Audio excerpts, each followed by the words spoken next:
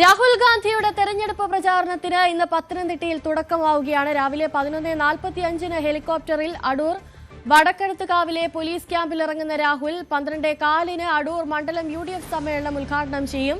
4 മണ്ഡലങ്ങളിലെ UDF സ്ഥാനാർത്ഥികൾ പങ്കെടുക്കും. വരും ദിവസങ്ങളിൽ പ്രിയങ്ക ഗാന്ധിയും പ്രചരണത്തിനെത്തും. ശശിനാരായണൻ ചേരുന്നുണ്ട് കൂടുതൽ വിവരങ്ങളുമായി. ശശി, രാഹുൽ ഗാന്ധിയെ സ്വീകരിക്കാനുള്ള ഒരുക്കങ്ങളൊക്കെ പൂർണ്ണമാണോ?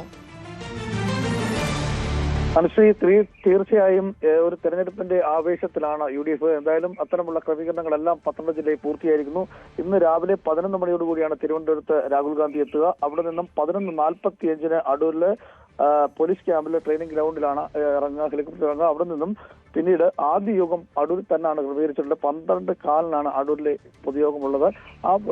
ആ സമ്മേളനത്തിൽ കോൺഗ്രസിന്റെ സംസ്ഥാന നേതാക്കന്മാരും ഒപ്പം തന്നെ സ്ഥാനാർത്ഥി CV ശാന്തകുമാർ UDFിന്റെ സ്ഥാനാർത്ഥി അടൂരിലെ സ്ഥാനാർത്ഥിയും പങ്കെടുക്കും. അത് പ്രത്യേകം ക്രമീകരിച്ച ട്രക്കിലാണ് അവിടെ യോഗം ക്രമീകരിച്ചിട്ടുള്ളത്. അടൂർ KSRTC ബസ് സ്റ്റാൻഡിനോട് സമീപത്തുള്ള സ്ഥലത്താണ് ഈ യോഗം ക്രമീകരിച്ചിട്ടുള്ളത്. ചെറിയ സൗകര്യങ്ങൾ മാത്രമാണ് അവിടെ ഉള്ളത്. അതുകൊണ്ട് തന്നെ ട്രക്കിലാണ്, രാജീവ് ഗാന്ധി സഞ്ചരിക്കുന്ന ട്രക്കിൽ തന്നെയാണ് യോഗം അവിടെ ക്രമീകരിച്ചത്. അതിനുശേഷം 1 മണിയോടുകൂടി പത്തനംതിട്ടയിലാണ് വലിയ പൊതുസമ്മേളനം സംഘടിപ്പിച്ചത്. പത്തനംതിട്ടയിൽ പഴയ ബസ് സ്റ്റാൻഡിലാണ് ഈ പൊതുസമ്മേളനം സംഘടിപ്പിച്ചിട്ടുള്ളത്. അവിടെ മണ്ഡലത്തിലെ 4 സ്ഥാനാർത്ഥികളും എത്തിച്ചേരും. ആ 4 സ്ഥാനാർത്ഥികളും ഈ പൊതുസമ്മേളനത്തിൽ പരിചയപ്പെടുത്തുകയും അവർക്കായി വോട്ടഭ്യർത്ഥിക്കുകയും ചെയ്യും രാഹുൽ ഗാന്ധി.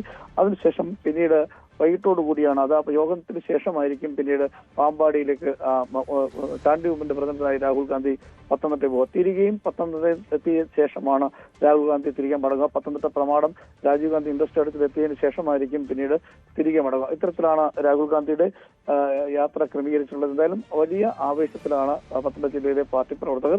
അതിനുള്ള ക്രമീകരണങ്ങളെല്ലാം ഈ 2 സ്ഥലത്തും പൂർത്തീകരിക്കുന്നു. ഒപ്പം സുരക്ഷാ ക്രമീകരണം പൂർത്തിയായിട്ടുണ്ട്. സംസ്ഥാന നേതാക്കളും അത് പ്രധാനപ്പെട്ട നേതാക്കളും രാഹുൽ ഗാന്ധിയുടെ ഒപ്പം തന്നെ എത്തും. അത് പിന്നാലെ ഇതിൽ തൊട്ടടുത്ത ദിവസം തന്നെ പ്രിയങ്ക ഗാന്ധി എന്നുള്ള വിവരം കൂടി ലഭിച്ചിട്ടുണ്ട്.